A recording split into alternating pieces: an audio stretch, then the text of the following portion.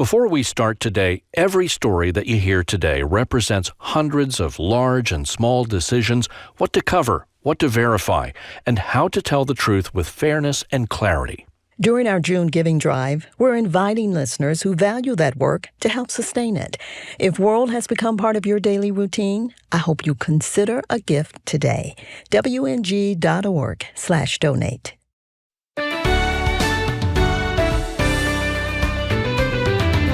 Good morning. Will Canada's Prime Minister block the expansion of doctor-assisted suicide? It would be a step in the direction of a government that actually protects the vulnerable rather than sees them as something to kill. Also today, Washington Wednesday, Hunter Baker on the good and the bad of the two Trump presidencies. Later, a biblical scholar on a mission to digitize thousands of Greek New Testament manuscripts. The Bible is the only religious book of any major religion that says, you want to see if I'm true? Test it. And world commentator Cal Thomas on the LA mayor.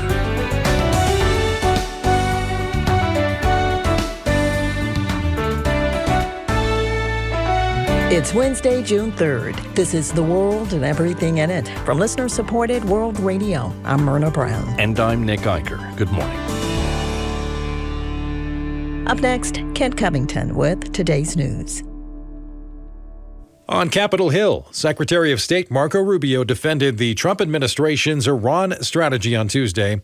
In his first testimony since the war began, the secretary clashed with Democrats. Senator Cory Booker asserted that Iran is now in a stronger negotiating position than before the war. We are the strongest nation on the planet Earth, and we're in a stalemate with Iran. And now we're begging to get back into a deal that you all trashed in the first place. Rubio countered that if anyone is begging, it is Iran, whose military has been devastated and whose economy is in shambles, pointing to protests in Iran even before the war. Economic factors in Iran are far worse today than they were 6 months ago when those protests were happening. They have hyperinflation, their currency is completely devalued, they're struggling to make payroll for their government workers.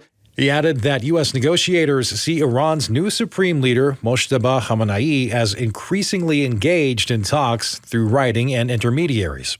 He added that Tehran has agreed to negotiate parts of its nuclear program that it once refused to talk about. And he also once again defended the decision to strike Iran. He said if anyone thinks Tehran has leverage now by choking the Strait of Hormuz. Imagine what nuclear weapons would give them leverage to do. At that point, they wouldn't even have to announce that we're controlling this. They would just say, we control the straits. There's nothing you can do about it because our nuclear weapon will allow us to do it. You will have to pay us a toll for using an international waterway from now on. And you can't do anything to us militarily because we'll blow you up with a nuclear weapon. Democrats largely reject the argument that the action was necessary, calling it a war of choice. President Trump has picked a temporary replacement for Tulsi Gabbard to oversee America's spy agencies, at least for now. Bill Pulte will be the interim director of national intelligence. He runs the Federal Housing Finance Agency and chairs mortgage giants Fannie Mae and Freddie Mac. The 38-year-old has no known national security background, and he will keep his housing jobs amid the interim role. Trump pointed to Pulte's experience safeguarding sensitive financial markets, and allies also vouch for him. Trump health official Dr. Mehmet Oz. He is a very sharp, quick study of people, their emotional abilities, and their ability to persevere in the face of hardship. But the pick is drawing criticism from some lawmakers. The director of national intelligence oversees 18 spy agencies, and critics question whether Pulte is equipped to lead them. Senate Minority Leader Chuck Schumer accused the president of simply picking a loyalist. Americans need an intelligence chief loyal to the facts, the intelligence, the security of the nation, not the political interests of one man. Tulsi Gabbard announced last month that she was stepping down at the end of June to care for her husband, recently diagnosed with a rare cancer. America's job market continues to show resilience. World's Benjamin Eicher explains. The Labor Department reported Tuesday that U.S. employers advertised 7.6 million open jobs in April, the most in nearly 2 years and far more than economists had expected. That despite some economic pressure from the Iran war. Openings jumped more than 700,000 in a single month. Layoffs fell, but so did the number of Americans quitting their jobs, which is a sign of confidence in their prospects. Still, companies are cautious as overall hiring slowed in April. Unemployment, though, is holding at a low 4.3%. The next test comes on Friday when the government releases the May jobs report, which will reveal whether hiring has picked up. For World, I'm Benjamin Eicher. In Ukraine, air raid sirens sounded in Kyiv Tuesday, followed by explosions. That as Ukraine's Air Force said Russia launched a massive attack on the capital city that included well over 600 drones and 70 missiles. At least 22 people were killed and well over 100 were wounded in the barrage. One woman described her home being hit and smoke covering everything. She said she tried to cover her 6-year-old daughter and described the scene as though they were living through the apocalypse. Meantime, in Moscow, Kremlin spokesman Dmitry Peskov continues to insist the Kremlin wants a peaceful end to the war, though Kyiv would describe it as surrender. Peskov told reporters that the conflict could end within 24 hours if Ukraine would withdraw its forces from Ukrainian territory that Russia now claims as its own. Voters went to the polls Tuesday in primary elections across the United States. In Los Angeles, former reality TV star Spencer Pratt could be heading to a runoff election against incumbent Mayor Karen Bass. As of early this morning, only about half the votes were counted in the mayoral race, but Bass and Pratt both held double-digit leads over all other candidates. That is a nonpartisan race.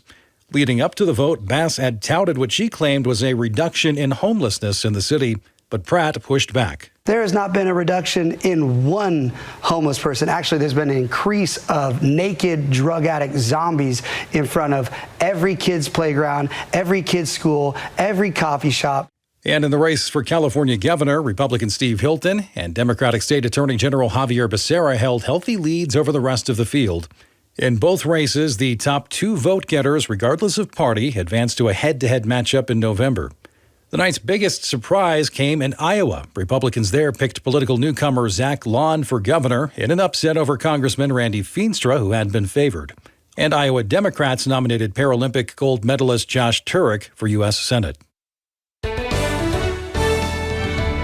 I'm Kent Covington, and coming up, party defections changed the political landscape in Canada, plus making ancient biblical manuscripts available to anyone. This is The World and Everything in It.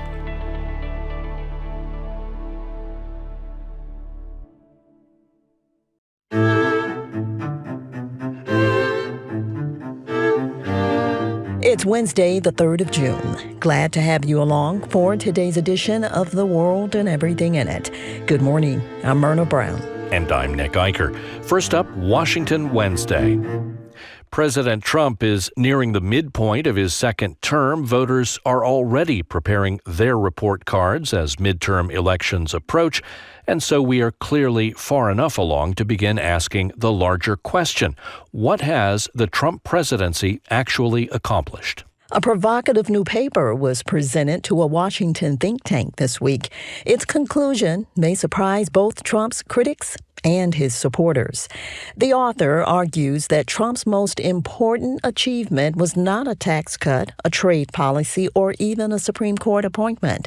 It was winning. Twice. Winning in a way that interrupted what many conservatives saw as an accelerating progressive project in the courts, the bureaucracy, and the culture. But alongside praise, it does raise sharp questions about persistent budget deficits, the Iran war, and what Trump has done to America's political culture. Joining us now is the author of that paper, political scientist and world opinions commentator, Hunter Baker. Hunter, good morning. Good morning.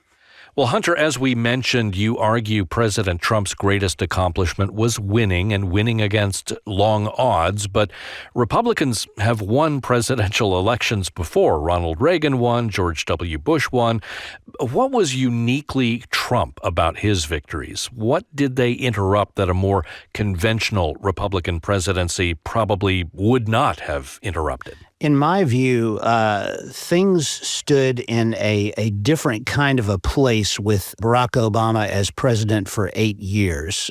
He was sort of the ideal secular progressive president, very gifted, skilled speaker, and he accomplished the goal that Democrats had had for a very long time, which was sort of a massive overhaul of the healthcare system. Now, whether or not that was effective or helpful is a separate question, but he did it.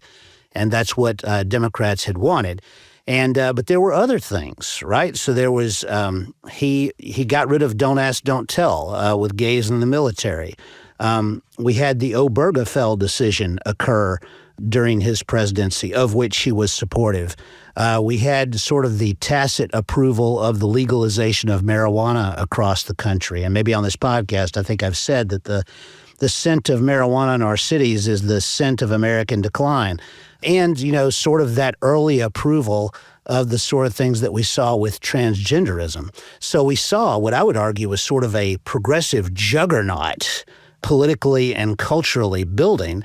And had Hillary Clinton won the presidency, I think that she probably would have won 2 more terms, and the number of sort of policy victories and cultural changes that would have racked up over that time would have been considerable. So I think that the biggest thing that we could say about Trump is that he put an obstacle in the way of that progressive juggernaut.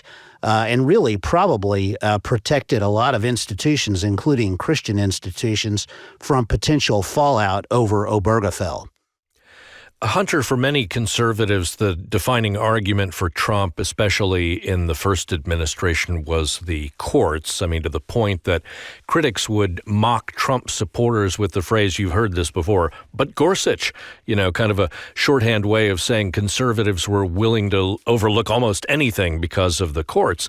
And you argue that Trump's judicial appointments were enormously consequential, helping to produce the Dobbs decision, to return abortion to the people, to the states, and a more constitutionally minded court. But you also argue that it's a virtue, not a defect, that the court has refused to become a rubber stamp for Trump, something that he's quite complained about. So why is that a virtue to you? If the court was the bargain, why is it good that the court sometimes goes against him? Because we need a court that is a court. The last thing that we need is another legislature, like a smaller legislature that operates in conjunction with the Congress and the presidency. In fact, I would argue that's part of what Democrats are seeking as they talk about packing the court, expanding the number. I mean, once we go down that road, expanding from 9, then we're going to have 29. We're going to have 39. There's no end to it as each side would seek advantage. We need an independent court that interprets the law and that does not make law. People act like Dobbs was some sort of activist decision. It was not. It absolutely was not. What Dobbs did was to return us to constitutionalism. It did not take us away from constitutionalism. And I think that this court's other decisions have been in keeping with the Constitution. Well, Hunter, the DOGE project was sold as a fundamentally different approach to shrinking government. Yet you conclude it largely ran into the same realities that have frustrated reform efforts for decades. Why are those things so difficult to overcome? So there have been many of these kinds of commissions. There was a Hoover commission in the past, trying to take advantage of sort of his vast expertise of engineering things and making things happen. There was a Grace Commission during Ronald Reagan's presidency. Bill Clinton and Al Gore had their own commission of this type. And DOGE was simply the most exciting of these commissions because it was led by the most interesting entrepreneur in the world, who is Elon Musk. Sometimes I say he's the closest thing we have to Tony Stark. And so he wanted this to happen and people got very excited, but it ran into the realities of Washington, D.C., which is you cannot go into the federal government and make the kind of changes that you can with an IBM or a Microsoft where, suddenly you make some drastic changes and you get a lot of shareholder value and you save a lot of money. You can't do that with a government. When you want to really make changes in the government, you've got to have Congress on your side and you've got to be willing to go through the hard work of legislation and budget. In your paper, Hunter, you write that Iran presents a challenge unlike China or NATO because the regime isn't operating according to the assumptions behind the art of the deal. What does that reveal about the limits of Trump's approach to foreign policy? Donald Trump is an extremely shrewd man. And, people they don't want to take him seriously, and, they make a caricature like he's some sort of idiot. But the reality is, this is a man who has built massive buildings, which is a huge undertaking. I mean, what it takes to build a skyscraper is just amazing. The kind of structures that he has built in his past as a real estate developer. So this is a guy who knows how to get things done. When he talks about the art of the deal, he knows how to make a deal. He knows how to work with private agencies and with governments and with unions to get things done. And so when he released the art of the deal, people were interested with good reason. But with Iran, I think that we've seen maybe a blind spot for Donald Trump. I think that in his life, he's used to working with people who we might call rational maximizers, or people who just like money and are always willing to find a way to get it. I don't think that's who he's dealing with in Iran. I think he's dealing with fundamentalist Islam, and I think that a lot of this stuff, they don't care. They don't care about the kind of things that he cares about, and it's going to take a while, I think, for him to accept that and to move this negotiation in a different direction. You describe border security as one of Trump's clearest policy victories. Why was he able to make progress on immigration where several previous presidents struggled? And then, Hunter, what do you make of all that progress reversing because of Minnesota? So Al Gore used to say that political will is a renewable resource. And what he meant by that was that we have all the political will we need to kind of reverse the climate or something like that. But I'll tell you who really has political will, and that's Donald Trump, and with regard to the border. He was serious about that. He was serious about policing the border, about controlling it in a way that other presidents have simply not been willing to grapple with. And why that is, I mean, whether or not an open border served certain people or certain policy interests, I can't exactly say. But other presidents simply were not willing to do what it took. But here's the thing. We talked about with DOJ how you need Congress, you need to legislate. Managing the border is something a president can do. It's basically a law enforcement activity, and he's the chief law enforcer. And so he's able to mobilize those resources and make it happen. And that's what he's done. And I mean, so whatever else Donald Trump has done, I think that that's his key policy accomplishment. He has effectively managed the border. Now, how did that all fall apart? Or, falling apart is too extreme. But we've seen the progress reverse because of what happened in Minnesota, and that's because we became ambitious, right? So after you control the border, the next question is, what do we do about the people who are already here? Well, so first of all, voters are more sympathetic in many cases to people who are already here and kind of have established a life, and so disrupting them is a bigger question. But second, when you have those agents out on the streets, and then you have kind of a mob form, and then violence results, that's when a lot of people start to get worried. And that's what happened here. People were repulsed by the idea of citizens being killed in a protest of that sort, and it really hurt his program. Hunter, we're tight on time, but I do want to get this last question in about your paper. You argued that President Trump delivered some genuinely consequential conservative victories, yet you also wrote that he helped to condition Americans to expect politics as spectacle. So looking ahead, again quickly, which of those legacies do you think will prove more durable? So first of all, getting in the way of the secular progressive juggernaut, especially in the immediate wake of Obergefell, was huge. It was huge. So I hope I've made that clear. But second, I think that there is part of Donald Trump. People know he was involved with WWF or WWE, kind of participating in the entertainment. I think that sometimes he thinks that that's good for politics. And so, he doesn't always want to be a serious guy. He wants to do almost a pro wrestling monologue type approach. And I think it hurts our political culture.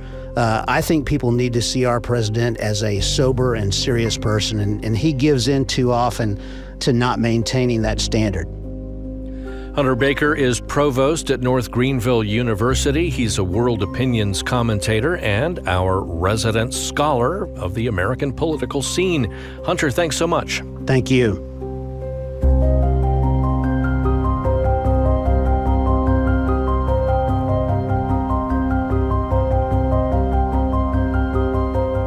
Additional support comes from Ascend by Unbound, a real-world faith-centered college alternative for gap year, trades, and degree-seeking students.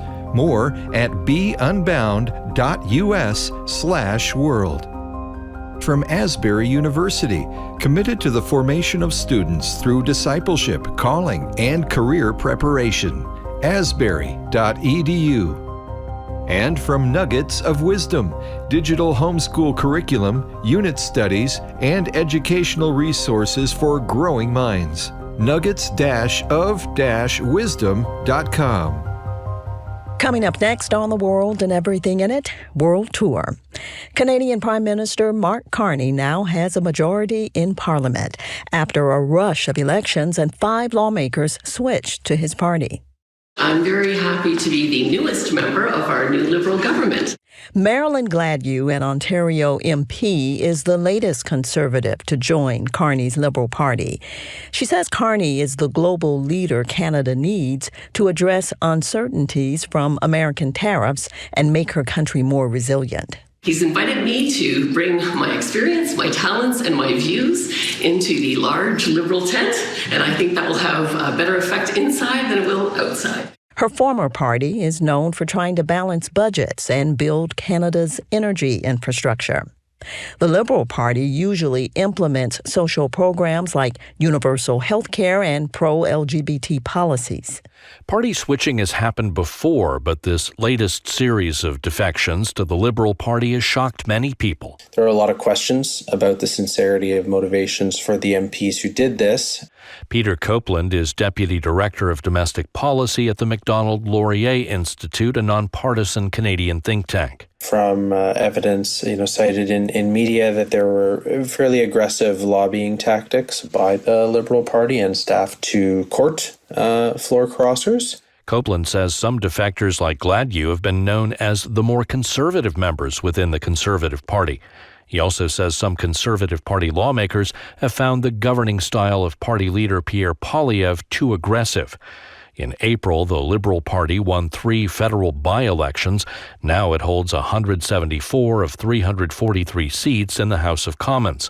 That gives the Liberal Party enough of a majority to pass legislation without the support of opposition parties.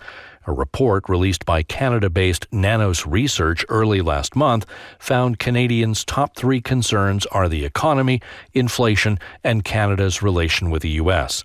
Carney addressed affordability as one of his priorities during a recent video message. So we know that Canadians need a boost today and a bridge to tomorrow. That's why, as we build a stronger economy, we're focused on lowering costs for Canadians. His government has cut various taxes, including suspending the federal tax on gas and diesel until early September to help citizens cope with rising fuel costs from the Iran war. Brian Dykema, president of the Christian think tank Cardus in Canada, has other concerns. Canada has a euthanasia regime, and we've seen that go out of control under the Trudeau regime and unchallenged in many cases. And so Mr. Carney has the opportunity to put a halt to that. Dykema is referring to the federal government's plan to expand the assisted suicide program in March next year. It would extend eligibility to people whose only underlying condition is mental illness.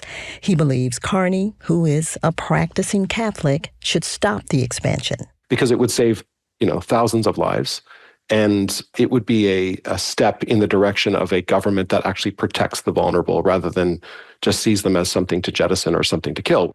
Meanwhile, Carney has sought deals with other countries to diversify Canada's trade and investments. That includes China. Copeland is among the Canadians who are wary about their country developing a strategic partnership with China. It's well documented the extent of the hybrid warfare activities that China carries out, on Canadian soil. According to Canada's intelligence agency, China is a main perpetrator of foreign interference and espionage against Canada. As for Canada-U.S. relations, Carney has stressed that Canada needs to decrease dependence on its southern neighbor. The U.S. has fundamentally changed its approach to trade, raising its tariffs to levels last seen during the Great Depression. Carney says U.S. tariffs on Canadian autos, steel, and lumber have particularly hurt the workers in those industries. While Canada-U.S. relations are at a low, Copeland maintains a big-picture view. But ultimately, I think we need to double down on our efforts to shore up that relationship, because it's a permanent relationship that will outlast a single administration.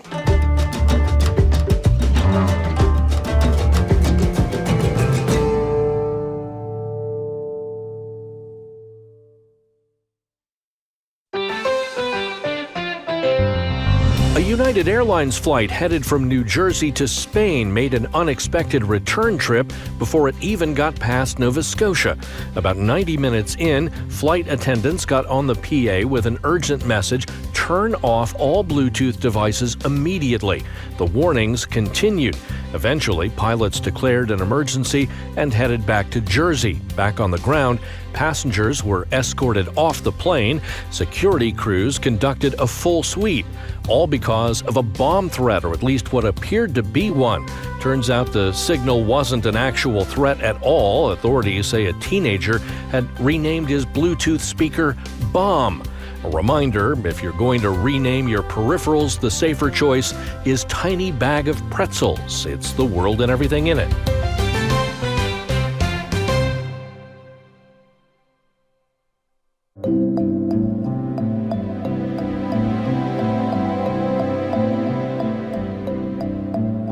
Today is Wednesday, June 3rd. Thank you for turning to World Radio to help start your day. Good morning. I'm Myrna Brown. And I'm Nick Eicher. Coming next on The World and Everything in It, preserving ancient New Testament manuscripts. No original writings of the Bible are known to have survived to this day, including any New Testament books. The New Testament has been reconstructed from early fragments and manuscripts that had been carefully hand-copied by scribes, and it has vastly more material evidence than other Greco-Roman literature. Now, a team of scholars is on a mission to digitize all Greek New Testament manuscripts for future generations. Rose Jenny Ruff brings us the story. Dan Wallace can spend hours staring at a single Greek letter. Is that an epsilon, or was it supposed to be a sigma and the guy accidentally put some ink there? Wallace is a textual critic. He evaluates ancient biblical manuscripts and compares textual variants, or differences, to determine the most accurate wording. So he knows that the distinction between a sigma and an epsilon can change an entire word. Take 1 Corinthians 13:3, where the Apostle Paul writes about giving up his body in love. In order that I might boast, or in order that I might burn? Is he talking about giving up his body to be as a sacrifice? It's a single letter difference. Wallace has been at this since his college days. I had all sorts of questions, and I grew up in a Christian home, and then all of a sudden I'm going, is this stuff real? That's typical for a lot of teenagers. And I began to investigate. He studied Old Testament Hebrew too, but ultimately decided to focus on the New Testament because of his love of Christ. The Bible is the only religious book of any major religion that subjects itself to historical verification. It says, you want to see if I'm true? Test it.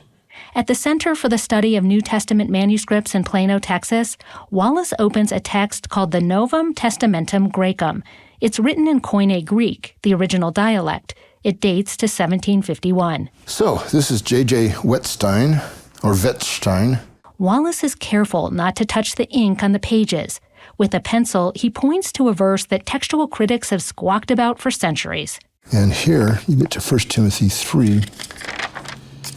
1 Timothy 3:16. Wettstein included a lengthy footnote about it, whether the word who was altered to God. Wettstein was also a textual critic. In that time, traveling to see older manuscripts in person was laborious. But Wallace has spent nearly a quarter-century working to make things easier. He's traveled everywhere from Germany to Greece to Albania to digitize all copies of Greek New Testament manuscripts and post them online. Under the old method, scholars had to look at the document with a magnifying glass, often in a rushed few hours. The invention of microfilm improved things, but people still had to travel to libraries to view it, and microfilm was far from perfect.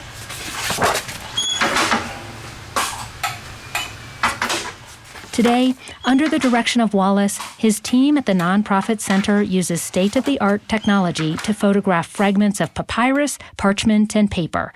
Mark Gaither is the center's chief operating officer. This is a 150 megapixel camera.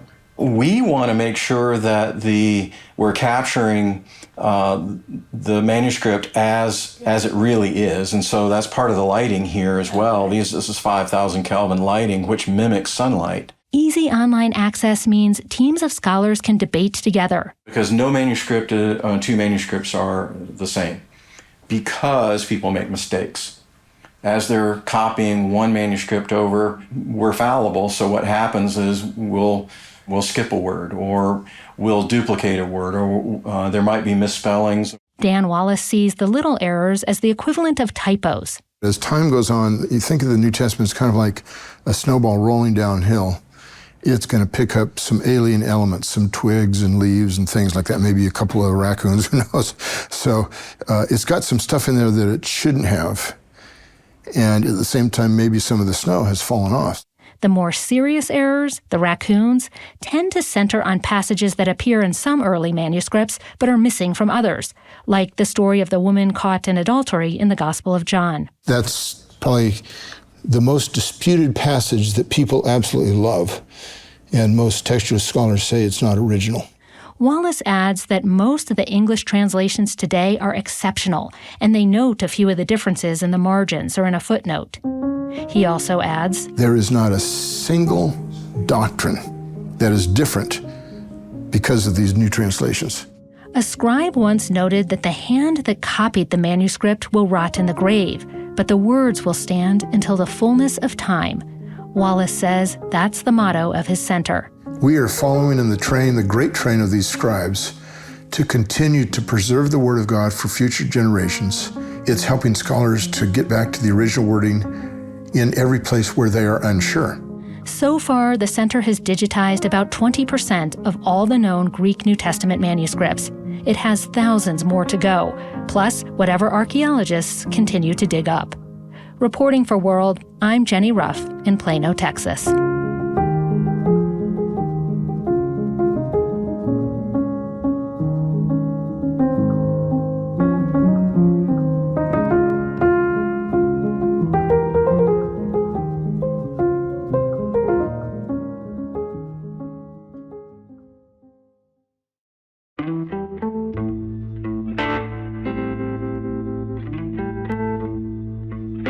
Good morning. This is The World and Everything in It from listener-supported World Radio. I'm Nick Eicher. And I'm Myrna Brown.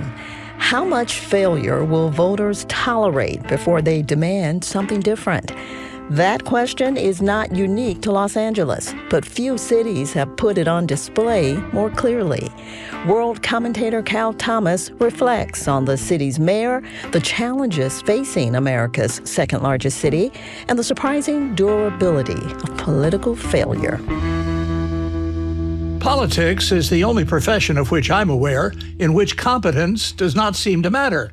One can fail miserably, one can be corrupt, one can even get away with behavior that, if committed by someone outside elective office, might result in arrest, prosecution, and a stint in jail.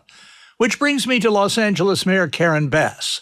Her tenure has become a case study in what happens when voters stop expecting government to do basic things government is supposed to do. Start with the Palisades fire, which erupted on January 7 of last year and destroyed thousands of homes and businesses. Rebuilding has moved at a glacial pace, thanks in large measure to a permit process tangled in environmental regulations and bureaucratic delay. Then there is homelessness. During her first campaign, Bass promised to end street homelessness. She now prefers the more fashionable term, the unhoused. But changing the language has not solved the problem. Her much-publicized Inside Safe initiative has moved some people off the streets, but large encampments remain, along with the drug-addicted, the mentally ill, and public disorder that accompany them. Then there are the city's finances. Bass approved a budget that cut millions of dollars from the Los Angeles Fire Department, even as the city continued spending beyond its means. The normally liberal Los Angeles Times editorial board recently described the city's fiscal problems as self-inflicted and criticized the failure to address deteriorating infrastructure, including broken sidewalks, burned-out streetlights, and untrimmed trees. These are not ideological issues, they are competence issues. Citizens expect their government to protect life and property, maintain basic services, and spend public money responsibly. Those expectations should not be controversial.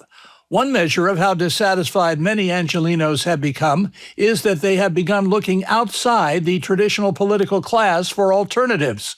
Reality television personality Spencer Pratt attracted attention in the mayor's race not because he possesses a long record in public service, but because many voters have become frustrated with those who do. That should concern every elected official regardless of party. When voters conclude that experienced politicians are incapable of solving obvious problems, they begin looking elsewhere. Sometimes they find better leaders, sometimes they do not. But the search itself is revealing.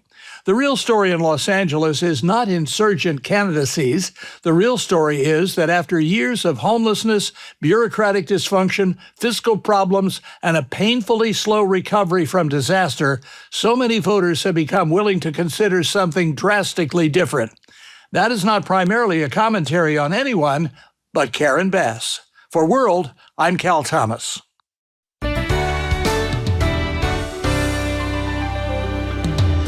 A reminder, it's our June giving drive. Please visit wng.org/donate to find out more and give today. Tomorrow, the latest on the growing Ebola outbreak in Africa. And an astronaut stranded in space navigates disaster through faith in God. That and more tomorrow. I'm Myrna Brown. And I'm Nick Eicher. The World and Everything in It comes to you from World Radio. World's mission is biblically objective journalism that informs, educates, and inspires. The Bible says, "The Spirit of the Lord speaks by me. His word is on my tongue.